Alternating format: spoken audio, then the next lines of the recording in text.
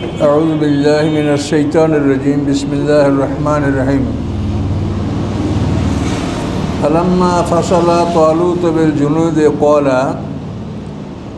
إن الله مبتليكم بنهر فمن شرب منه فليس مني ومن لم يطعمه فإنه مني إلا من اقترف غرفة بيده فشربوا منه إلا قليلا منهم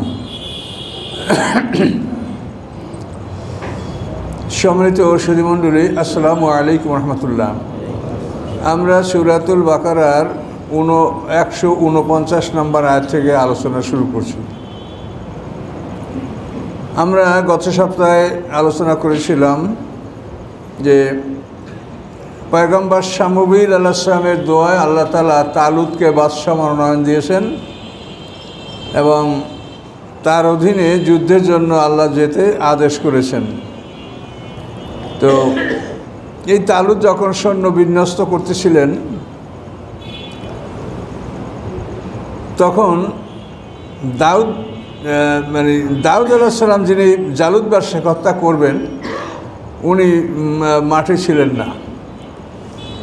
তো বাদশাহ তালুত পয়গম্বরকে বললেন যে জালুত বাদশাকে হত্যা করবে কে, সেই লোক কিভাবে তাকে চিহ্নিত করা যাবে। তখন বাদশার এই অনুরোধে পয়গম্বর আল্লাহর কাছে ফরিয়াদ করলেন যে আল্লাহ, জালুত বাদশাকে হত্যা করবে কে, এই মাঠে এই সৈন্যবাহিনীর মধ্যে কে সেই লোক।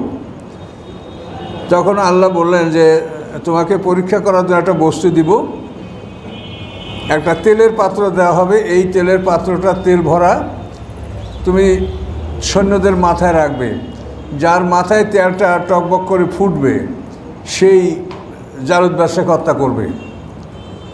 তো এই প্রতীক, এই চিহ্ন দিয়ে যখন মাঠে এটা পরীক্ষা করা হলো, তো মাঠে যে সৈন্যবাহিনী কারও মাথায় এই তেলের পাত্রটা ফুটল না। তখন পয়গম্বর আল্লাহর কাছে আবার বললেন, তখন আল্লাহ বললেন যে দাউদের সন্তান হলো ঈশার 13 পুত্র ছিল, এর মধ্যে ছোট হলো দাউদ আলাইহিস সালাম। তখন আল্লাহ জানাই দিলেন যে ঈশার এক পুত্রের মাথায় এই তেল ফুটবে এবং সে দাউদ আলাইহিস সালামকে হত্যা করবে। তখন বাদশাহ তালুত ঈশাকে ডাকলেন এবং বললেন, আপনার ছেলেরা কি মাঠে সব আসছে? বলে হ্যাঁ আসছে। তখন ওই 12 ছেলের মাথায় তেল পরীক্ষা করা হলো, কারো মাথায় তেল ফুটে না। তখন তিনি বললেন যে আপনি মিথ্যা বলছেন, আল্লাহ আপনাকে মিথ্যা সাব্যস্ত করছে। আল্লাহ বলছে যে আপনার সন্তানদের মধ্যে কেউ জালুত বাদশাকে হত্যা করবে, তো সে কোথায়? তখন উনি বললেন যে আমার একটা ছেলে ছোট, ওই জন্য আমি একে মাঠে নিয়ে আসি নেই, ওই বাড়িতে একটা ছেলে আমার আছে। তখন বাদশাহ তালুত সেই বাড়িতে ছোট্ট ছেলে দাউদ আলাইহিস সালাম, যে ছোটোবেলা থেকে সে গুলতি ব্যবহার করতো, ক্যাটাপার্ট গুলতি, এই গুলতি ব্যবহার করে তার দ্বারা অনেক বড় বড় পশু শিকার করত, এমনকি বাঘও হত্যা করতো এই গুলতি দ্বারা। তো দাউদ আলাইহিস সালামকে উনি পেলেন যে বাড়ি উনি বকরি চড়াচ্ছেন। তখন বাদশাহ তালুত তাকে বললেন যে আপনাকে যুদ্ধে যেতে হবে, আপনি আমার সাথে চলুন। তখন উনি রওনা করলেন। রওনা করার পরে পথে একটা পাথর তাকে ডাক দিয়ে বলে যে ও দাউদ, তুমি কোথায় যাচ্ছ? আমাকে নিয়ে যাও, আমি ইব্রাহিম আলাইহিস সালামের পাথর, তুমি আমাকে সাথে নাও। তো পাথরটা উনি তুলে ব্যাগের মধ্যে নিলেন। এরপরে আরেকটা পাথর বলল যে আমি ইসহাক আলাইহিস সালামের পাথর, আমাকে তুমি নাও, সে পাথরটা উনি তুলে নিলেন। আরেকটা পাথর তাকে বলল যে আমি ইয়াকুব আলাইহিস সালামের পাথর, তুমি আমাকে নাও, সে পাথরটা উনি নিলেন। এইভাবে ব্যাগের মধ্যে থলের মধ্যে 3টা পাথর আর তার গুলতি নিয়ে মাঠে আসলেন। মাঠে আসার পরে সবাই তাকে দেখে অপছন্দ করলো, অল্প বয়সী ছেলে এবং দেহটাও অত লম্বা চওড়া না। তো শেষ পর্যন্ত আল্লাহর হুকুম, বাদশাহ তালুত তাকে পোশাক দিলেন, লৌহ বর্ম দিলেন, অস্ত্র দিলেন, এসব কিছু দিয়ে সাজালেন। তো এরপরে দাউদ আলাইহিস সালাম বলেন যে আপনারা যদি আমাকে অনুমতি দেন যে আমি আমার নিজের ইচ্ছায় যুদ্ধের জন্য প্রস্তুত হব। বলে তা হতে পারেন। তখন উনি সব ফেলে রেখে ওনার ওই ব্যাগ কাঁধে ঝুলিয়ে ক্যাটাপার্ট হাতে গুলতি হাতে নিয়ে জালুত বাদশার সামনে হাজির হলো। তো এখানে আপনারা আগেই শুনেছেন যে একটা নহরে পরীক্ষা করা হয়েছিল, এই নহরের পানি যারা পেট ভরে খাবে তারা যুদ্ধে যেতে পারবে না, আর যারা এক অঞ্জলি পানি পান করবে তারাও যুদ্ধে যেতে পারবে। এটা কিন্তু পার হয়ে যাওয়ার পরে এখন তাকে সাজানো হলো যে সে যুদ্ধে জালুত বাদশার মোকাবেলা করবে। জালুত বাদশা খুবই জালেম, দুর্ধর্ষ এবং খুব শক্তিশালী লোক ছিল।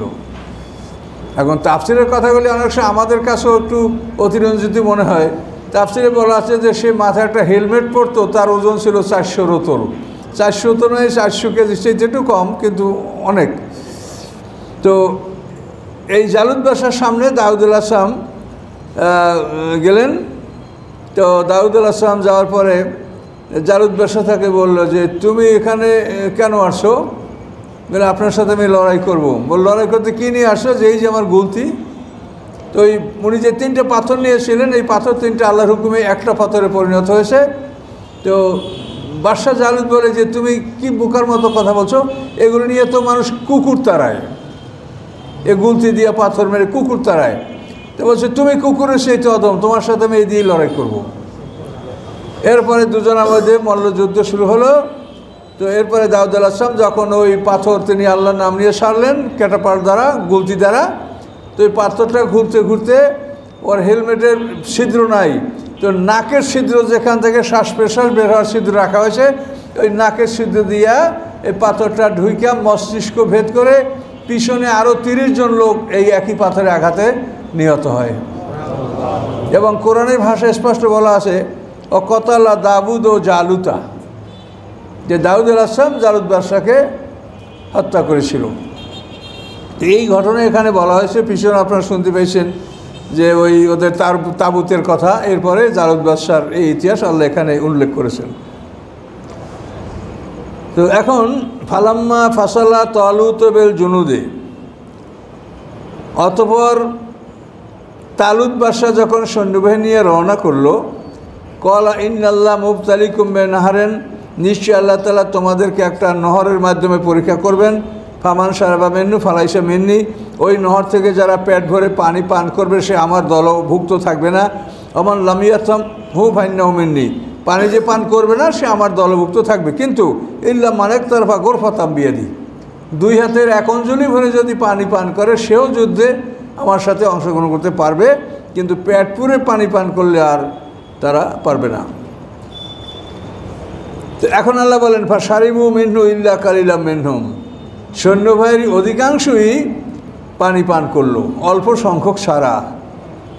ফালাম্মা জাওয়াজাহু, অথবা যখন তারা এই নদীটা পার হলো, হুয়া ওয়াল্লাযিনা মাহু, বাদশা তালুত এবং তার সাথীরা যখন এই নদীটা পার হলো, ক্বালু লা তাকাতা লানা আল ইয়াওমা বিজালুত ওয়া জুনুদি, তারা বলল আজকের দিনে জালুত এবং তার সৈন্যবাহিনীর বিরুদ্ধে যুদ্ধ করার ক্ষমতা আমাদের নাই। ওই যে অধিক পরিমাণে পান করছে, এখন অলসতা, এখন উঠতেই পারছে না, দাঁড়াতেই পারছে না। ক্বালাল্লাযিনা ইয়াযুন্নুনা আন্নাহুম মুলাকুল্লাহ, ওই সমস্ত লোকেরা বলল যারা নিশ্চিত বিশ্বাস রাখে যে আমরা আল্লাহর সাথে সাক্ষাৎ করব, তারা বলল কাম্মেম ফিয়াতান কালিলাতান গালাবাত ফিয়াতান কাসীরাতান বিইজনিল্লাহ, বড় ছোট ছোট দল অনেক বড় বড় দলের উপরে আল্লাহর হুকুমে জয়যুক্ত হয়েছে, এটা তারা বলল। আল্লাহ মা সাবিরিন, এবং আল্লাহ ধৈর্যশীলদের সাথে আছেন। তো তাফসীরকাররা বলেন যে 313 জন লোক টিকে ছিল যারা পানি কম পান করেছে অথবা পানি পান করে নাই। এই 313 জন লোকরিয়া বাদশাহ মানে তালুত জালুত বাদশার বিরুদ্ধে যুদ্ধের জন্য বাইতুল মুকাদ্দাস অঞ্চলে অগ্রসর হলেন। ওলাম্মা বারাজুল জালুতা ওয়া জুলুরদিহি, যখন শামউল আলাইহিস সালাম এবং তার সাথে পয়গম্বর শামউল আলাইহিস সালাম এবং তার সাথে বাদশা তালুত এরা যখন যুদ্ধের মাঠের দিকে অগ্রসর হলো, তো ক্বালু, তারা বলল রব্বানা আফরিক আলাইনা সাবরাম ওয়া সাব্বিত আকদামানা ওয়ানসুরনা আলাল কওমিল কাফিরিন, তারা বলল হে আমাদের প্রভু, আমাদের উপরে ধৈর্য ঢেলে দিন, আমাদের পাকে দৃঢ় করুন এবং আমাদেরকে কাফের সম্প্রদায়ের উপরে জয়যুক্ততা দান করুন। এভাবে তারা আল্লাহর কাছে দোয়া করলেন। ফাহাজামুহুম বিইজনিল্লাহ, অতঃপর তারা আল্লাহর হুকুমে জালুত বাদশার বাহিনীকে পরাজিত করলো। ও কতলা দাউদ ও জালুতা, এবং দাউদ আলাইহিস সালাম জালুত বাদশাকে হত্যা করলো। ও আতাউল্লাল মুলক ওয়াল হিকমা, আল্লাহ তাআলা দাউদ আলাইহিস সালামকে বাদশাহী এবং নবুয়ত দুটোই দান করেছিলেন। এই যে এটা দাউদ আলাইহিস পূর্বে আল্লাহ তাআলা নবুয়ত এবং বাদশাহী একজনকে দিতেন না। একজন থাকতেন নবী, নবীর অধীনে আর একজন থাকতো বাদশাহ।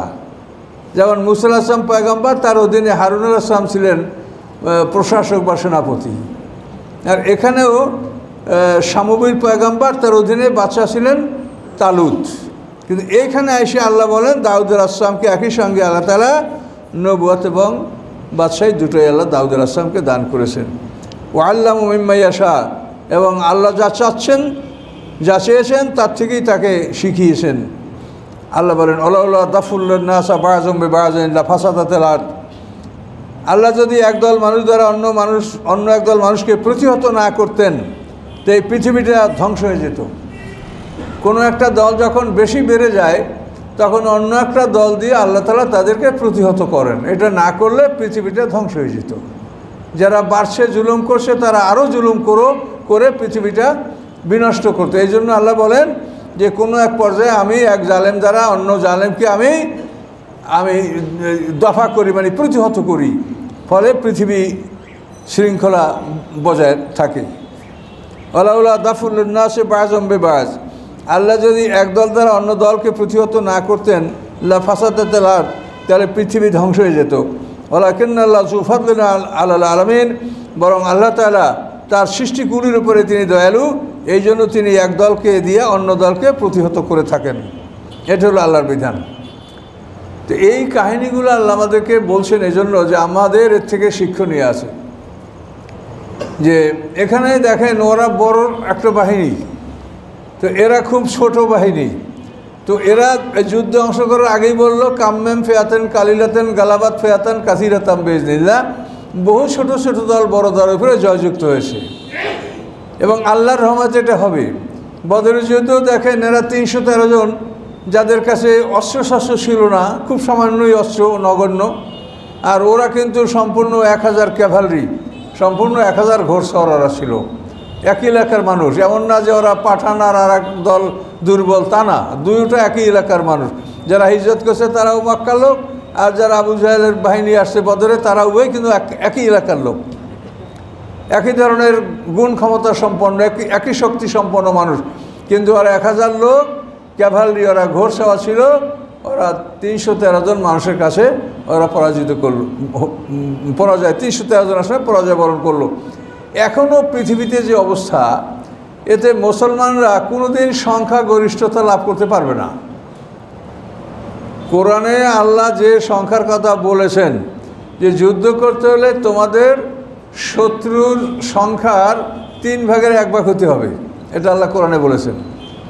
সূরা আনফালের মধ্যে আল্লাহ বলেছেন যে আল আনা খাফফাল্লাহু আনকুম, এখন আল্লাহ তাআলা বিধানকে হালকা করে দিয়েছেন। ও আলেমা আন্না ফিকুম দাফা, এবং আল্লাহ জেনে নিয়েছেন যে তোমাদের মধ্যে দুর্বলতা আছে। ফাইয়াকুম মিনকুম মিয়াতুন সাবিরাতুন ইয়াগলিবু মিয়াতাইন, তোমাদের মধ্যে 100 ধৈর্যশীল লোক যদি থাকে তাহলে তারা 200 লোকের উপরে জয়যুক্ত হবে। তাহলে 3-এর 1, আল্লাহু মা'আস সাবিরিন। ওয়াইয়াকুম মিনকুম আলফুন ইয়াগলিবু আলফাইন বিইজনিল্লাহ, আল্লাহু মা'আস সাবিরিন। তোমরা যদি 1000 হও তা 2000-এর বিরুদ্ধে লড়াই করে তোমরা জিতবে। তো এই কথাটা কোরআনে যে আল্লাহ বলেছে, এর আগে বিধান ছিল 1-এর মোকাবেলায় 10, যে তোমরা একদল মুসলমান 10 জন কাফেরের সাথে লড়াই করে জিতবে। কিন্তু এই বিধানটা আল্লাহ তাআলা হালকা করে আমাদের কি দিলেন যে তোমাদের অন্তত 3-এর 1 হতে হবে। তা আমরা বর্তমান বিশ্বে মুসলমানরা, মানে যদি আপনি শিডিউল মুসলমান, তালিকাভুক্ত মুসলমান যদি ধরেন, তাহলে আমরা পৃথিবীর জনসংখ্যার 4 ভাগের 1 ভাগ মুসলমান। তাহলে আমরা 3-এর 1 উন্নত হতে পারিনি। এবং যে 4 ভাগের 1 ভাগ আমরা মুসলমান, তার মধ্যে আপনি শতকরা 1টা লোকও পাবেন না যে দিন কায়েমের পক্ষে। এতে আলেম বলেন আর আপনারা জেনারেল বলেন, যাই বলেন, আমরা যাই মুখে বলি, কিন্তু দিন কায়েমের ক্ষেত্রে আমরাও একমত হব না। এটা আমরা কথাবার্তা বলি, তো আলেমদের সমাজের খবর আমাদের কাছে আসে। কিছু লোক ভালো আছে সমাজের, কিয়ামত মতো থাকবে। তাহলে আমাদের অবস্থাটা কী হবে? পৃথিবীতে মানুষ হলো 2 দল, মুমিন এবং কাফের। আল্লাহর কাছে কিন্তু 73 দল না। 73 দল এমনি হাদিসে আছে, লোকেরা বলে, আমি কখনো বলি না। আমরা মানুষ হলাম মোট 2 দল, মোমেন এবং কাফের। আল্লাহ বলেন সূরা তাগাবুনের প্রথম আয়াতটাই, হুয়াল্লাযী খালাকাকুম ফামিনকুম কাফের ওয়া মিনকুম মোমেন। আল্লাহ তাআলা তোমাদেরকে সৃষ্টি করেছেন, তোমাদের বড় দলটা কাফের, ছোট দলটা মোমেন। বড় দল এখানে নাই, কিন্তু আপনাকে বুঝতে হবে কোরআনে দুটা জিনিসের যেটা প্রথম উল্লেখ করা হয় সেটা বড়। এখানে আল্লাহ তাআলা প্রথম কাফের এটা উল্লেখ করছেন, এই জন্য কাফের দলটা বড়। আল্লাহ বলছেন তোমরা দু দল, মোমেন এবং কাফের, এছাড়া কোনো দল নাই। মরার পরে আমাদের জায়গা হবে দুইটা, ইল্লিন এবং সিজিন। মোমেনদের জন্য ইল্লিন, কাফের জন্য সিজিন। এবং বিচারের পরে জায়গা হবে দুইটা, জান্নাত এবং জাহান্নাম। এর বাইরে আর তৃতীয় কোনো স্থান নাই।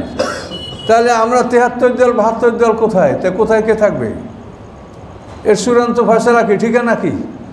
কাজে এগুলি কথা ঠিক না। আল্লাহ যেটা বসে করে না ওটা ঠিক, যে তোমরা দুই দল।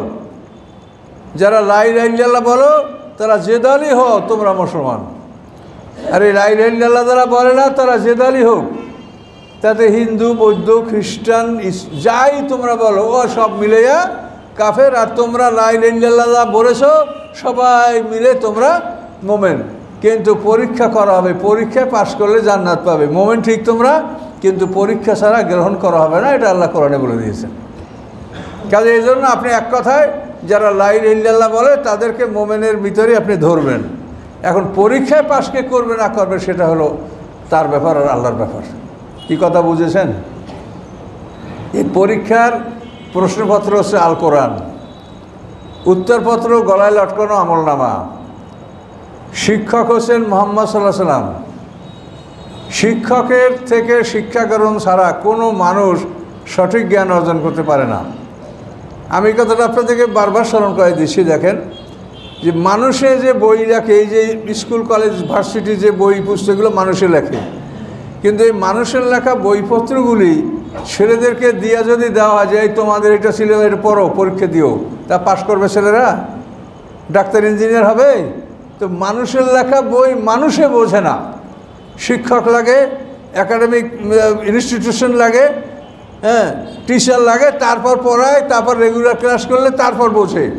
তো এই কোরআন হচ্ছে আল্লাহর বাণী। আর এই কোরআন বুঝাবার জন্য শিক্ষক হচ্ছে আল্লাহ মনোনয়ন দিয়েছেন মুহাম্মদুর রাসূলুল্লাহ সাল্লাল্লাহু আলাইহি ওয়াসাল্লামকে। যতগুলো আসমানি কিতাব পৃথিবীতে পাঠানো হয়েছে প্রত্যেকটা কিতাবের শিক্ষক আল্লাহর পক্ষ থেকে মনোনীত। কে ঠিক কিনা বলেন? কিন্তু সেই শিক্ষকের অনুকরণ না করে আপনার কাছে কোরআন আছে, আপনি যদি পড়েন, অর্থ করেন আর মস্তা দেন, তাহলে এটা কেমন কথা হবে? আজকের দেশে একটা মারাত্মক দল সৃষ্টি হয়েছে যারা কোরআন পড়ে আর বলে যে এই তো কোরআনে যা আছে আবার কি, এতে আমাদের সব, এতে ওনারা যা বোঝেন তাই বলেন এবং সমাজকে তারা বিভ্রান্ত করছেন এবং নিজেকে দেখাচ্ছেন যে আমরা কোরআন থেকে বলছি। কোনো মানুষই কোরআন থেকে একা একা সঠিক সিদ্ধান্ত দিতে পারবে না। কাজে এই জন্য কোরআন থেকে আপনারা সিদ্ধান্ত দিবেন, কিন্তু শুধু অনুসন্ধান করবেন যে এই আয়াত দ্বারা আল্লাহ রসুল কি বলেছেন এবং এইটার উপরে তিনি কি আমল করছেন। এখানে জটিল কিছু নাই। আপনি শুধু জানবেন যে এই আয়াতটা দ্বারা রাসূল যে শিক্ষক তিনি নিজে এটার উপরে কি আমল করছেন এবং আমাদের কি বলেছেন, এটা হবে কোরআনের তাফসীর। আমি পড়লাম আর যা বুঝলাম তাই আমি বলে দেবো, এটা না, তাহলে সমাজে বিরাট বিভ্রান্তি সৃষ্টি হবে। শিক্ষকের কথার বাইরে কি কোনো কথা চলে? কাজে এটা মনে করতে, এইটা কিন্তু আমরা অনেকে মনে করি না, এই জন্য বিরাট বিভ্রান্তি সৃষ্টি হচ্ছে। তাহলে এখন এই জিহাদের ব্যাপারটা কোরআনে স্পষ্ট বলা আছে যে তোমরা 3-এর 1 হবে। এখন 3-এর 1 আমরা হচ্ছি না। যা আমরা 4 ভাগের 1 মুসলমান আছি তা শতকরা একজনও পাশ করার মতো মনে হয় না। আপনারা ঘাবড়াবেন না, আপনারা এখানে শতকরা একজন আসেন নাই, আসছেন? এই মসজিদের যারা প্রতিবেশী মহল্লা তার মধ্যে শতকরা একজনও আপনার এখানে আসেন নাই। তো শতকরা একজনও পাশ করবে না এটা বলা অতিরঞ্জিত না, এটা ঠিকই। আদম আলাইহিস সালামকে আল্লাহ বলবেন যে আদম আপনার সন্তানদেরকে জান্নাতি মানুষরা পৃথক করেন, তখন আদম আলাইহিস সালাম প্রতি 1000-এ একজন বাইর করবেন, এটা হাদিসে আছে। আর আমরা অবস্থা দেখি তাতে মিলছে, অবস্থায় তাই হবে, 1000-এ একজন। তাহলে এই সমস্যাটা হলো যে আমরা আসলে কোরআন থেকে দূরে। কোরআনকে যেভাবে বুঝতে হবে সেভাবে আমরা বুঝছি না। কোরআনকে একটা হেলা খেলা মনে করছি এটা সাধারণ বৈশিষ্ট্য, সাধারণ। নসিহতের জন্য, উপদেশের জন্য কোরআন সহজ, এতে কোনো সন্দেহ নাই। তো শুধু একটা মানুষকে অনুকরণ করতে হবে, সে হলো মুহাম্মাদুর রাসূলুল্লাহ। এই মানুষের অনুকরণ না করলে আপনি যাই যা বুদ্ধি করেন সব বুদ্ধি আপনার বিফলে যাবে, যেহেতু তিনি আল্লাহর পক্ষ থেকে নিয়োজিত শিক্ষক তিনি, এই কোরআন শিখাবেন তিনি। তো এখানে আমরা যে জিনিসটা দেখলাম, এখন আমরা কি নিরাশ হয়ে যাব? নিরাশ হব না। এখন পৃথিবীর মানুষ যদি অধিকাংশ মুসলমান নাই হয় বা 3/1 মুসলমান নাই হয়, তো দ্বিতীয় কথাটা যে আছে কাম্মেম ফিয়াতেন কালিলাতেন গালাবাত ফিয়াতান কাসিরাতান বিজ, এই যে একটা পয়েন্ট আছে যে অনেক ছোট ছোট দল বড় বড় দলের উপরে জয়যুক্ত হয়েছে। তো আমাদেরও এরকম একটা আসবে, কিন্তু ছোট দল বড় দলের উপরে জয়যুক্ত হবে কখন? যখন ওই দলের মধ্যে আল্লাহর রসুল থাকে, অথবা নবী থাকে, অথবা তাদের বিশেষ প্রতিনিধি থাকে, তখন সেই ছোট দল বড়দের উপরে জয়যুক্ত হবে। এই জন্য পৃথিবীর শেষ ভাগে ঈসা আলাইহিস সালামকে আল্লাহ তাআলা পৃথিবীতে পাঠাবেন। এটাও কিন্তু এক শ্রেণীর আলেমরা দেখেন, যারা মানে বিধর্মীদের সমর্থন করে গোপনে, তারা বলে ঈসা আলাইহিস সালাম আসবে না, সে মারা গেছে। কাজে এটা আখেরি জমানা, বহু ফিতনা আপনারা এটা দেখতে পাবেন। এর মধ্যে আপনারা দৃঢ় মজবুত থাকতে হলে কোরআনের কাছে থাকতে হবে। আর আমরা এই জন্য চেষ্টা করছি যে কোরআনের কথাগুলি মানুষকে আমরা বলে দিতে পারছি কিনা। তাহলে ঈসা আলাইহিস সালাম আসার কারণ হলো যে তিনি একজন রাসূল। তিনি যখন আসবেন তখন তার সাথে পৃথিবীর মুসলমানরা যদি অল্প থাকে, তার নেতৃত্বে যুদ্ধ হলে সেই যুদ্ধে মুসলমানরা জয়যুক্ত হবে, ইহুদি খ্রিস্টানরা পরাজিত হবে, এবং ইহুদি খ্রিস্টানদের সেনাপতি হবে দাজ্জাল, মাসিহুদ দাজ্জাল।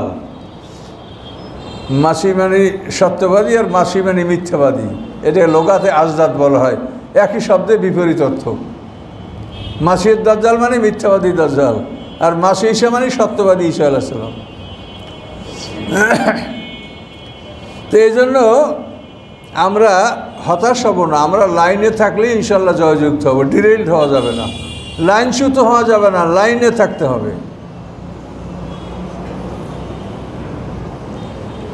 তো আল্লাহ তাআলা এই ঘটনার মাধ্যমে আমাদেরকে সতর্ক করলেন যে জয়যুক্ত হতে হলে তোমাদের হয়তো 3/1 হবে, আর না হয়তো যদি কমও হও, তাহলে নবী রাসূল তোমাদের মধ্যে থাকলে তখন তোমরা সেই যুদ্ধে তোমরা জিতবে ইনশাআল্লাহ। ভালো লোক থাকলে জিতবে। ঈসা আলাইহিস সালাম সে হলো বনী ইসরাঈলের নবী, আসহাবে কাহফ এরাও বনী ইসরাঈলের, এরা তো ঈসা আলাইহিস সালামেরই উম্মত। আসহাবে কাহফ এরাও ওই সময় বের হবে, এখনও এরা মরে যায়নি। মানুষ এই পৃথিবীর শুরু থেকে আরম্ভ করে কিয়ামত পর্যন্ত যদি কিছু বেঁচে থাকে, এই লোকটাকে অমর বলা হয় না, এটা বুঝেন।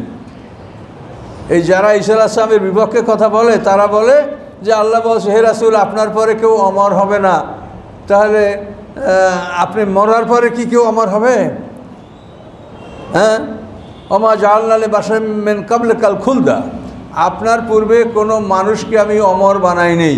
আফা মিত্তা ফাহমুল খালিদুন, তা আপনি মরে যাওয়ার পরে কি তারা অমর হবে?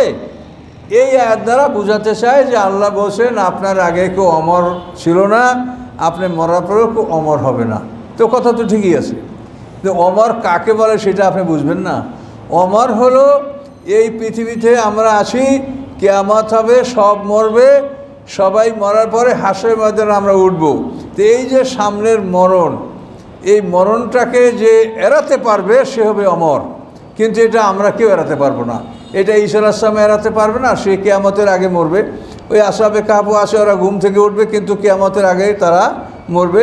ইমাম মাহদী মরবে, অর্থাৎ আদম থেকে আরম্ভ করে কিয়ামত পর্যন্ত যারা বেঁচে আসে এরা সবাই কিয়ামতের আগে মরবে। কাজে কিয়ামতের আগে যারা মরবে তারা কেউ অমর না, এই কথাটা এরা বোঝেন না। অমর হলো যে ইবলিস দাবি করছিল যে আল্লাহ আমাকে পুনরুত্থান পর্যন্ত হায়াত দিন, আল্লাহ বলছে তা হবে না, তোমাকে নির্ধারিত সময় পর্যন্ত হায়াত দিলাম। অর্থাৎ প্রথম সিংহার ফুৎকার পর্যন্ত ইবলিসের হায়াত, কিন্তু দ্বিতীয় সিংহার ফুৎকার পর্যন্ত তাকে হায়াত দেওয়া হয় নাই, তাহলে সে অমর হয়ে যেত। তো অমর হলো এই পৃথিবীর থেকে আমরা বিদায় হয়ে দ্বিতীয় জীবনে পদার্পণ করব, এর মাঝখানে আমাদের একটা মৃত্যুর স্বাদ গ্রহণ করতে হবে। এই মৃত্যুর স্বাদ গ্রহণ না করে যদি কেউ দ্বিতীয় জীবনে পদার্পণ করতে পারে তাকে বলে অমর। কিন্তু অমরের ব্যাখ্যাটাই এরা বুঝতেছেন না। আর ওনারা না বুঝলে আপনারা কেমন করে বুঝবেন? এ নিয়ে তারা সমাজে ভুল ভ্রান্তি ছড়াচ্ছে। আল্লাহ বলছে কেউ অমর না, আমিও বলছি অমর না। আয়াতের অর্থ ঠিকই আছে, কিন্তু অমর কাকে বলে সেটা বুঝেন না আপনি। যে মান্ডান ওয়ার্ল্ড আর এটার্নাল ওয়ার্ল্ড কোনটা, এটার্নাল লাইফ কোনটা, এটা আপনি বুঝতেছেন না। তো এগুলো আপনারা বোঝার চেষ্টা করবেন, ইনশাল্লাহ আস্তে আস্তে বুঝবেন। কোরআন বোঝা খুব সহজ, আল্লাহ আপনাদেরকে সাহায্য করবে। যারা কোরআন বোঝার জন্য এসেছেন, আল্লাহ আপনাদেরকে সাহায্য করবে। আর রব্বি জিদনি এলমা এই দোয়া পড়বেন, রব্বি জিদনি এলমা। আল্লাহ বলেন তিলকা আয়াতুল্লাহ নাতলু আলাইকা বিল হক, এগুলি আল্লাহর আয়াত, আমি সত্য সহকারে এগুলি আপনার উপরে আমি পাঠ করে শোনালাম। অর্থাৎ এইসব ঘটনা মুহাম্মদ সাল্লামের জানার কোনো তো সোর্স নাই, তিনি নিজে লেখাপড়া জানেন না, কারো কাছ থেকে শেখেন নাই, তো এগুলো আপনি কোথায় পেলেন? তা আল্লাহ বলেন যে আমি ওহির মাধ্যমে তেলাওয়াত করে আপনাকে এগুলো আমি শুনিয়েছি, তাই আপনি বলতে পারছেন। ওয়াইন্নাকা লামিনাল মুরসালিন, এবং নিশ্চয়ই আপনি রাসূলদের অন্তর্ভুক্ত। অন্যান্য রাসূলরা যেমন তেমন আপনি একজন রাসূল। ইন্নাকা লামিনাল মুরসালিন, আপনি রাসূলদের একজন। কাজেই আপনি রাসূল হওয়ার কারণে এই কথাগুলো আপনি বলতে সক্ষম হয়েছেন। এখন আপনি রাসূলদের মধ্যে একজন, তাহলে তো একটু মানে রাসূলের যে মান সম্মান আরও বেশি, এটা তো প্রমাণ হয় না, তাই না? এই জন্য সামনে আয়াতেই বলেন তিলকার রসুল ফাদ্দালনা বাযুহুম আলা বায, এই যে রসুলগণ তাদের একজনকে অপরজনের উপরে আমি মর্যাদাবান এবং সম্মানিত করেছি। তাহলে এই লামিনাল মুরসালিন হলো সমান পর্যায়ে, আর এই আয়াতে হলো যে আমি কতকের উপরে কতককে আমি মর্যাদাবান, আমি সম্মানিত করেছি। তিলকার রসুল, এই রসুল সকল, ফাদ্দালনা বাযুহুম আলা বায, তাদের কতককে কতকের উপরে আমি সম্মানিত করেছি। মিনহুম মান কাল্লামাল্লাহ, এই রাসূলদের মধ্যে কেউ আমার আছে যে আল্লাহর সাথে কথা বলেছেন, যেমন মুসা আলাইহিস সালাম আল্লাহর সাথে কথা বলেছেন, আমাদের নবীজি মেরাজে আল্লাহর সাথে কথা বলেছেন। ও রাফা বাযুহুম দারাজাত, এবং কতকের দরজা আল্লাহ তাআলা বহুগুণ বাড়িয়ে দিয়েছেন। ও আতাইনা ঈসা ইবনে মারইয়াম আল বায়িনাত, এবং মরিয়ামের পুত্র ঈসা আলাইহিস সালামকে আমি দান করেছি উজ্জ্বল প্রমাণসহ। একটা মরা মানুষকে চিন্তা করে, এর চাইতে বড় প্রমাণ কী থাকতে পারে? একটা জন্মান্ধ, সেই জন্মান্ধ চোখে হাত বলে সে চক্ষু লাভ করে, কুষ্ঠরোগ ভালো হয়। তো ঈসা আলাইহিস সালামকে আল্লাহ বলেছেন যে আমি উজ্জ্বল প্রমাণ দান করেছি। ও আইয়াদাহু বিরুহুল কুদুস, এবং আমি পবিত্র আত্মা দ্বারা আমি তাকে সাহায্য করেছি। মানে তাকে ইহুদিরা হত্যা করার জন্য চেষ্টা করছে, ঘরে আবদ্ধ করছে, বন্দি করছে, কিন্তু আমি তাকে আসমানে তুলে নিয়েছি, আমি জিবরিল আমিনের মারফত আমি তাকে সাহায্য করেছি। ওয়ালাউ শাআ আল্লাহু মাক্তাতাল্লাযীনা মিন বা'দিহিম, আল্লাহ যদি ইচ্ছা করতেন তাহলে এই নবী রাসূলদের পরে আল্লাহ পৃথিবীতে লড়াই ঝগড়া এটা নাও হতে দিতে পারতেন। মিন বা'দে মা জাআতহুমুল বায়িনাত, মানুষের কাছে উজ্জ্বল প্রমাণ আসার পরে এবং নবী রাসূল আসার পরে মানুষেরা লড়াই ঝগড়া যুদ্ধ নাও করলে পারত, কিন্তু ওয়ালাকিন ইখতালাফু, বরং মানুষেরা মতভেদ করবে।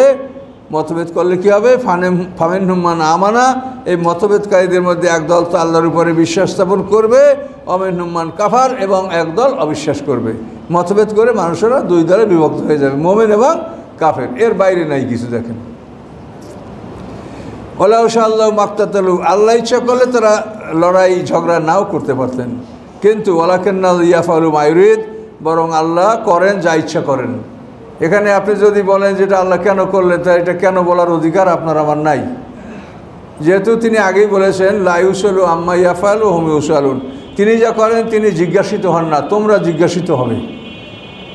এখন মহাবিশ্বের মহামালিক সে যদি বলেন যে আমি আমার ইচ্ছা, তাহলে আমি কী করবো? আমরা শুধু আমরা তার দয়া এবং করুণা এটার কামনা করব, এছাড়া আমাদের তার কথার সাথে মোকাবেলা করা, জবাব দেওয়া, তর্ক করা, এটার কোনো অধিকার আমাদের নাই।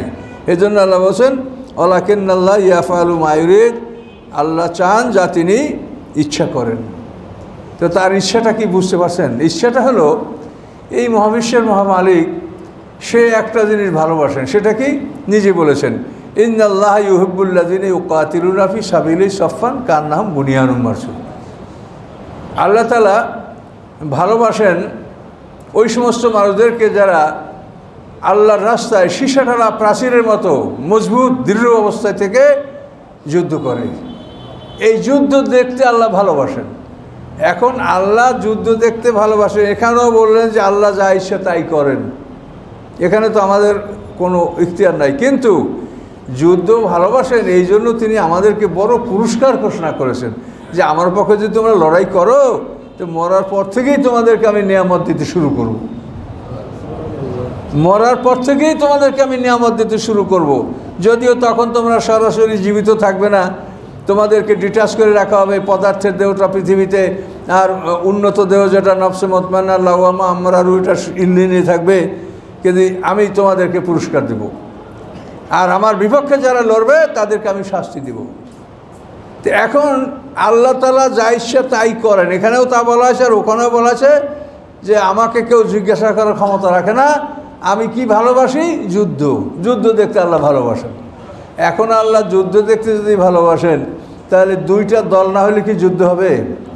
দুইটা দল লাগবে এবং দুইটা শক্তিশালী দলই লাগবে। এখন আল্লাহ তাআলা ছাড়া আর কি তার সমকক্ষ কেউ আছে যে আল্লাহর মোকাবিলায় দল খাড়া করবে? এখন আল্লাহ নিজেই একটা বিরোধী দল খাড়া করে দিলেন, শয়তানের দায়িত্বে একটা দল খাড়া করে দিলেন এবং সেই দলকে তিনি শক্তি, সাহস, সম্পদ সবই দিলেন। কাজেই ওরা যদি শক্তি, সাহস, সম্পদ না থাকে তো ওরা লড়তে আসবে না, আর লড়তে এসে যদি ওরা সবসময় হেরেই যায় তাহলে ওরা যুদ্ধ আর করবে না। তো ওদেরকে মাঝে মাঝে জিতাতেও হবে, ওরাও জিতবে, মুসলমানরা ঠকবে, আল্লাহর পক্ষের দল ঠকবে। এভাবে যদি একটা ভারসাম্য বজায় রাখা হয় তাহলে এই যুদ্ধটা পৃথিবীতে অব্যাহত থাকবে। কিন্তু আল্লাহ বলে যে দুটো দলই আমার সৃষ্টি, এই যেটা শয়তানের দল সেটাও আমার সৃষ্টি, তাকেও যাবতীয় তার সরবরাহ আমি দিচ্ছি, সবাইকে আমি দিচ্ছি, কিন্তু আমি বলছি যে তোমরা আমার পথে লড়ো, কিন্তু তারা আমার পক্ষে লড়বে না, শয়তানের পক্ষেই তারা বেশি করে লড়ার চেষ্টা করবে। কাজে এই জন্য এই দুইটা দলই কিন্তু আল্লাহ সৃষ্টি, আল্লাহ যুদ্ধ দেখতে ভালোবাসেন, আর সেই জন্যই তিনি এই যুদ্ধ পৃথিবীতে বহাল রাখার জন্য দুইটা বরাবর শক্তিকে তিনি পৃথিবীতে নিজ ব্যয়, নিজের ইচ্ছায় তিনি প্রতিষ্ঠিত করেছেন।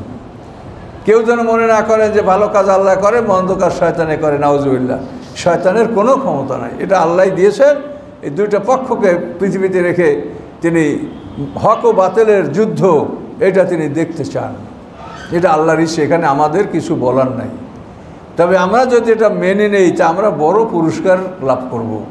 আমরা যদি আল্লাহর পক্ষে থাকি তা আমরা সামনে অনন্তকালের জীবন লাভ করব, এমন সুন্দর জীবন লাভ করব যেটা দুনিয়াতে কল্পনাই করা যায় না যে এত সুন্দর জীবন আমরা সামনে লাভ করব। কাজে আমরা আল্লাহর পক্ষে যেন থাকি, আল্লাহর পক্ষে যেন আমরা সবসময় অবস্থান গ্রহণ করি, এই জন্য আল্লাহ তাআলা নবী রসুল পাঠাই, আসমানি কিতাব পাঠাই আমাদেরকে বুঝাচ্ছেন যে দুটা দলই আমার, কিন্তু তোমরা আমার দলে থাকো। কাজে আমরা আল্লাহর পক্ষে থাকবো, এটা হলো আমাদের উদ্দেশ্য এবং আমরা এটা বোঝার চেষ্টা করব। হ্যাঁ, একটুকু হয়ে গেছে, আরও একটু করবো আর হতো না, কতটা হয়েছে সময় করবো একটু নাকি? আচ্ছা, একটু আগে আরও। হ্যাঁ, আউযু বিল্লাহি মিনাশ শাইতানির রাজিম। ইয়া আইয়ুহাল্লাযীনা আমানু আনফিকু মিম্মা রাযাকনাকুম মিন ক্বাবলি আইয়াতি ইয়াউমুন লা বাইউন ফিহি খুল্লাতুন ওয়ালা শাফা ওয়াল কাফিরুনা হুমুজ জালিমুন। আল্লাহ বলেন, হে ঈমানদারগণ, আমি তোমাদেরকে যে জীবিকা দান করছি তার থেকে তোমরা ব্যয় করো। এমন একটা দিন আসার আগে যেই দিনে তোমাদের কোনো বেচা কিনা চলবে না, কোনো বন্ধুত্ব চলবে না, কোনো সুপারিশ চলবে না। এমন একটা দিন আসার আগে আমি তোমাদেরকে যে জীবন সামগ্রী দিয়েছি, রিজেক শব্দের অর্থ প্রভিশন অফ লাইফ, জীবন সামগ্রী, এই দিনটা আসার আগে তোমরা আল্লাহর পথে ব্যয় করো। ওয়াল কাফিরুনা হুমুজ জালিমুন, আর যারা কাফের প্রকৃত জালেম তারাই, মানে কাফের যারা জালেম তারা, জালেম মানে অত্যাচারী। তো প্রত্যেকটা পাপই জুলুম, কিন্তু জুলুমের মধ্যে সর্বশ্রেষ্ঠ জুলুম হচ্ছে শিরক। ইন্না শিরকা লা জুলমুন আযীম, সূরা লোকমানে আল্লাহ বলেছেন। তারা বলছেন যারা কাফের তারাই জালেম, জালেম যারা তারাই কাফের। তাহলে এখন মৃত্যুর সময় যখন আজরাইল আসবে জান কবজ করার জন্য, তখন কিন্তু মোমেনরাও আফসোস করবে, রব্বি লাউলা আখারতানি ইলা আজালিন কারিব ফাআসাদ্দাকা ওয়া আকুম মিনাস সালিহিন। আল্লাহ, আপনি যদি আমাকে একটু সময় দেন, আমি সদকা করব, দান করব, আমি নেককারদের অন্তর্ভুক্ত হয়ে যাব। কোরআন আয়াত। তাহলে আজরাইল গ্রুপের জুনিয়র ফেরেশতারা যখন আসবে, মানে আজরাইল তো হেড, উনি আসবেন শেষে, এরাই পিটাইয়ে পাঠাইয়ে নরম করিয়া টাইনিয়া প্রাণ মুখের কাছে আনবে, তারপর আজরাইল বন্ধন খুলে বাইর করবে। তো ওই সময় যখন মানুষ আজরাইল দেখতে পাবে, আজরাইল ফেরেশতা, আজরাইল গ্রুপ এদেরকে দেখতে পাবে, তখন কিন্তু মোমেন বান্দা এই কথা বলবে, রব্বি লাউলা আখারতানি ইলা আজালিন কারিব, যে আমাকে একটু সময় দেন, ফাসাদ্দাকা, আমি সৎকার করব, ওয়াকুম মিনাস সলিহিন। এর জবাবে আল্লাহ কি বললেন? ওয়ালা ইউআখিরুল্লাহু নাফসান ইযা জাআ আজালুহা, যখন কোনো মানুষের নির্ধারিত সময় আসবে তখন আল্লাহ তাআলা তাকে আর কোনো সময় দিবেন না। এটা আল্লাহ পরিষ্কার বলে দিয়েছেন। আর কাফেররা বলবে রব্বের জীবন, আল্লাহ আমার প্রাণটা ফিরিয়ে দেন, লাল্লি আমল সালিহান ফিমা তারাকতু, আমি যে ভালো কাজগুলি করিনি আমি সব করব, আমাকে আমার প্রাণটা ফিরিয়ে দেন। এগুলি সব কথা কোরআনে বলা আছে। কোরআনের কথা যদি আপনি টেনে টেনে বলেন তা আপনার কোনো বাইরের ওয়াজই লাগবে না। বাইরের কী ওয়াজ শুনবেন? এর উপরে কী বড় ওয়াজ থাকতে পারে বলেন তো? সব কোরআনে বলা আছে। কিন্তু আমাদের স্বভাব হলো যে আমরা কোরআনের মধ্যে ঢুকতেই ভয় করি, মনে হয় যেন ওখানে ভয়। হ্যাঁ, একটা আয়াত পড়ি তারপর আমরা কোরআন থেকে বাইরে ছুটে যাই। এটা ঠিক না। কোরআনের ভিতরে থাকেন, ওর মধ্যে থেকেই আপনি দেখবেন সব কথা আছে।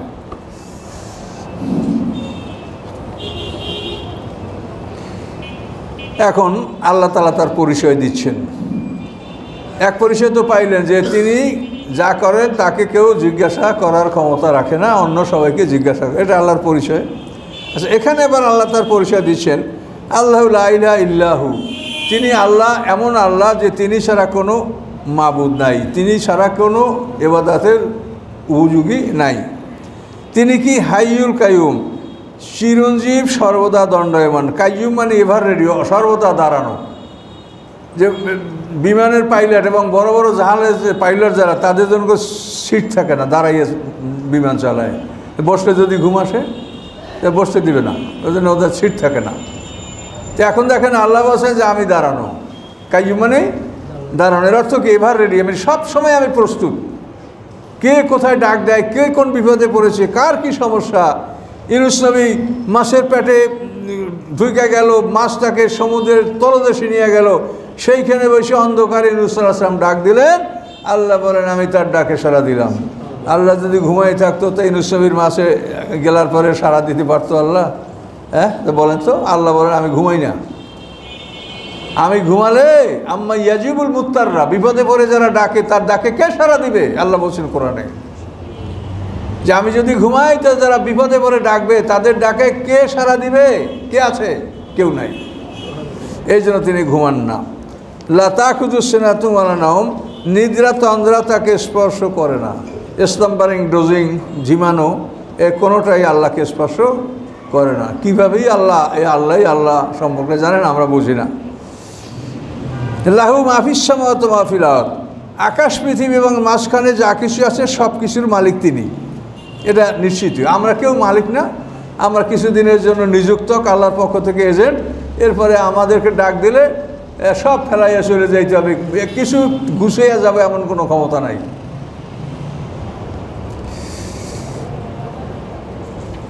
মানজাল্লাযী ইয়াশফাউ ইনদাহু ইল্লা বিইজনিহি, কে আসে তার অনুমতি ছাড়া তার কাছে শাফাআত করবে? চ্যালেঞ্জ। কে আসে যে তার অনুমতি ছাড়া তার কাছে শাফাআত করবে? কেউ করতে পারবে না। অনুমতি দিলে শাফাআত করতে পারবে। কিন্তু একদল লোক তো নিজেদেরকে শাফাআতের দাবি করে যে অমুক পীর সে তার মুরিদদেরকে সব শাফাআত করে ভেস্তে নিয়ে যাবে। আবার কেউ যদি বলে মুহাম্মদ সাল্লাল্লাহু আলাইহি ওয়াসাল্লাম শাফাআত করে আমাদেরকে ভেস্তে নিয়ে যাবে, মুহাম্মদ সাল্লাল্লাহু আলাইহি ওয়াসাল্লাম আমরা ভেস্তে যাবে, এরকম কিন্তু অনেক আলেমরা বলে, আমার কাছে খবর আসে। এটাও ঠিক না। মুহাম্মদ সাল্লাল্লাহু আলাইহি ওয়াসাল্লাম যদি কারো ভেস্তে নিতে পারতো শাফাআত করে, তা আব্দুল্লাহ ইবনে উবাই মুনাফিক, তাকে আল্লাহ রসুল নিজের গায়ের জামা দিচ্ছেন না, কাফনে, তার জানাজা নিজে পড়ছেন না, কিন্তু কই তাকে ছুটাতে পারছেন? তার চাচা আল্লাহ রসুলের যে চাচা আবু তালেব, যে সারাটা জীবন রাসূলের জন্য জীবনটা শেষ করলেন, সেই চাচাকে কি আল্লাহ রসুল মুক্ত করতে পারবেন? পারছেন? পারেন নাই। কিন্তু আপনারা শুনবেন আলেমদের মুখে সস্তা ওয়াজ যে একজন আলেমে এমন 10 জন লোককে শাফাআত করতে পারবে যাদের উপরে জাহান্নাম ওয়াজিব হয়ে গেছে। নাউজুবিল্লাহ বলেন, নাউজুবিল্লাহ। একজন আলেমে পাবে 10 জন, আর মুহাম্মদ সাল্লাল্লাহু আলাইহি ওয়াসাল্লাম পারবে না একজনও। তাহলে কি হলো? তাহলে অবস্থাটা বলেন। মুহাম্মদ সাল্লাল্লাহু আলাইহি ওয়াসাল্লাম তো একজনও পারলো না, আর উনি একজন আলেম, উনি 10 জন শাফাআত করবে। এই অবস্থা আপনারা আজীবন শুনে আসছেন, শোনেন নাই? যে একজন ভালো আলেম কারি হবে, যে নিজে কোরআনের উপর আমল করছে, হালাল হারাম মেনে চলছে, সে তার আত্মীয় স্বজনের মধ্যে 10 জন এমন লোককে শাফাত করতে পারবে যাদের জন্য জাহান্নাম ওয়াজিব হয়ে গেছে। শোনেন নাই? তাহলে আমরা তো দেখি যে আল্লাহর রাসূল একটা লোককেও পারলো না, তাহলে উনি পারবে 10 জন। এটা কি করে হলো? এটা কি করে হলো? কোন 10 জন পারবে উনি? তো এগুলি অবাক কাণ্ড। আমার মনে হয় এগুলো ইসলামের যে ষড়যন্ত্র। এর মানে হলো এই যে কোনো লোকের যদি 10টা সন্তান থাকে, তো একটারে মৌলবি বানাও, আরগুলো এই দিক জেনারেলে থাক, তাহলে ওই একটাই তোমাকে সব সাফাত করে বেসতে নিয়ে যাই। বুঝতে পারছেন? এইরকম কোনো ষড়যন্ত্র কিনে আমি বলতে পারবো না, আমার এটা সন্দেহ হচ্ছে। কেন এই কথা বলা হবে? আর এই কথা বলার জন্য আমার যদি ফতু আইতেই থাকে। কত মানুষ যে কাফের বসে কয় আমারে, তার কোনো শেষ নেই। কী করবো আমি? কোন তোমরা যা বলো তা বলো। তো আল্লাহ বলেন, মানজাল্লাযী ইয়াশফা'উ ইল্লা বিইজনিহি, আল্লাহর অনুমতি ছাড়া কে আছে যে আল্লাহর কাছে শাফাআত করবে? কেউ নাই। ইয়ালামু মা বাইনা আইদিহিম ওয়া মা খালফাহুম, আল্লাহ জানেন যা তাদের সামনে আছে, যা তারা পিছনে রেখে আসছে। আমাদের সামনে আমরা প্রতিদিন যেটা সেন্ড ফরওয়ার্ড করি, যেটা সামনে পাঠাচ্ছি, এই যে নামাজ, এটা আমাদের সকালবেলা ফেরেশতারা নিয়ে আল্লাহর কাছে জমা দিয়ে দিবে। আবার সকালে যারা আসবে ওরা আমাদের সারাদিন আমল বিকেলে জমা দিবে। আবার গলায়ও লেখা থাকবে, দিলের আমল লেখে একদল ফেরেশতা, রাতের আমল লেখে আর একদল ফেরেশতা। এই রাতের আমল এখন যারা লিখছে, এরা চলে যাওয়ার পর দিন আসবে, দিনের আমল লেখার আলাদা ফেরেশতা। আবার এই দলই আগামী দিন আবার আসরের পর আসে আবার রাতের আমল ওরা যেখানে রাখছে ওইখান থেকে ওরা লিখবে। মানে দিনের আমল লেখা ফেরেশতা 2 জন, আর রাতের আমল লেখা ফেরেশতা 2 জন। এই রাতওয়ালারা ভোরে যাবে, আবার ওই দিনওয়ালারা আসরের পর চলে যাবে। এইভাবে আমল লেখা হচ্ছে, আল্লাহর কাছে এরা জমা দিচ্ছে, এবং এখানেও বুকে লটকানো আমলনামাও লেখা আছে। তো আল্লাহ জানেন তুমি কি পিছনে রেখেছো, কি সামনে প্রেরণ করেছো। ওয়ালা ইউহিতুনা বিশাইইন মিন ইলমিহি ইল্লা বিমা শাআ, আল্লাহ বলেন আল্লাহর জ্ঞানের কিছুমাত্র তারা আয়ত্ত করতে পারে না, উহা ছাড়া যা আল্লাহ চান। আল্লাহ যা চান তাছাড়া মানুষ বিন্দুমাত্র তার জ্ঞান আয়ত্ত করতে পারে না। ওয়াসি'a কুরসিয়্যুস সামাওয়াতি ওয়াল আরদ, আল্লাহ তাআলার জ্ঞান আকাশ পৃথিবী ব্যাপী, বা তার চাইতেও আরও বিশাল আল্লাহর জ্ঞান। এখানে কুরসি শব্দের অর্থ হলো আল্লাহর ক্ষমতা, জ্ঞান। আরশ হলো আল্লাহর সিংহাসন, আর কুরসি হলো তার জ্ঞান এবং পাওয়ার এবং ক্ষমতা। তার জ্ঞান আকাশ পৃথিবী ব্যাপী। আবার অনেকে তাফসীর করেন যে আরশের উপরে কুরসি, আরশ শব্দের অর্থই সিংহাসন। কোরআনে আছে না, আইয়ুকুম ইয়াতিনি বিআরশিহি ক্বাবলা আইয়াতুনি মুসলিমিন। সুলাইমান আসলাম বললেন যে ওর সিংহাসন কে নিয়ে আসতে পারবে, ও আমার কাছে আত্মসমর্পণকারী হয়ে হাজির হওয়ার আগে বিলকিসের সিংহাসন কে নিয়ে আসতে পারে। আইয়ুকুম ইয়াতিনি বিআরশিহি, এই যে আরশ মানে কি? আরশ মানে সিংহাসন। তো সিংহাসন যেটা, সেইটার উপরে আর একটা চেয়ার, এটা তো বেমানানসই, কথাটা মানায় না। অথচ অধিকাংশ আলেমরাই বলে থাকেন যে আল্লাহর আরশের উপরে এক কুরসি। না, আরশ মানেই সিংহাসন, কুরসি মানে তার জ্ঞান। তো আল্লাহর জ্ঞান আকাশ পৃথিবী ব্যাপী এবং তার চাইতে আরও ব্যাপক। ওয়ালা ইয়াউদুহু হিফযুহুমা, এবং এই আকাশ পৃথিবী সংরক্ষণ করতে তার কোনো কষ্ট হয় না। এই আকাশ পৃথিবী যে আল্লাহ তাআলা সংরক্ষণ করেন, শূন্যে ভাসিয়ে রাখেন। আমাদের এই পৃথিবীতে আমরা বসা আছি, এটা ঘন্টায় 43,200 মাইল বেগের সূর্যের সাথে উড়ে বেড়াচ্ছে। তো এত জোরে চলে, কিন্তু আমরা কিচ্ছু বুঝতে পারছি না। এটা কিন্তু চলে বেড়াচ্ছে এই পৃথিবীটা, এটা কিন্তু থেমে নাই।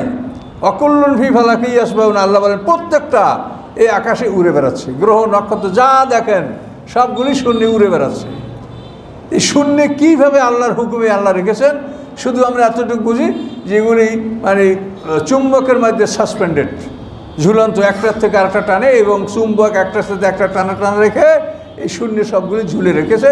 এবং এই সমস্ত শক্তিটার মূল হচ্ছেন আল্লাহর হুকুম। শক্তিটা শেষ পর্যন্ত কোনো খাম্বার সাথে না, এটা আল্লাহর আদেশ। সবাই শূন্যের উপরে, এই মহাবিশ্ব এটা শূন্যের উপরে উড়ে বেড়াচ্ছে। কী চিন্তা করছেন, কী ভাবছেন, এগুলো কোনো কল্পনা বা জ্ঞানে আমরা আয়ত্ত করতে পারছি কিছুই বুঝতে পারছি না। তো আকাশ পৃথিবী সংরক্ষণে আল্লাহ তাআলা ক্লান্ত হন না। লা ইকরাহা ফিদ্দিন, আল্লাহ বলেন এই দিনের মধ্যে কোনো জবরদস্তি নাই, এখন মতো থাকুক। 255 মানে আয়াতুল কুরসি পর্যন্ত আমরা গেলাম, 255। তো লা ইকরাহা ফিদ্দিন এখানে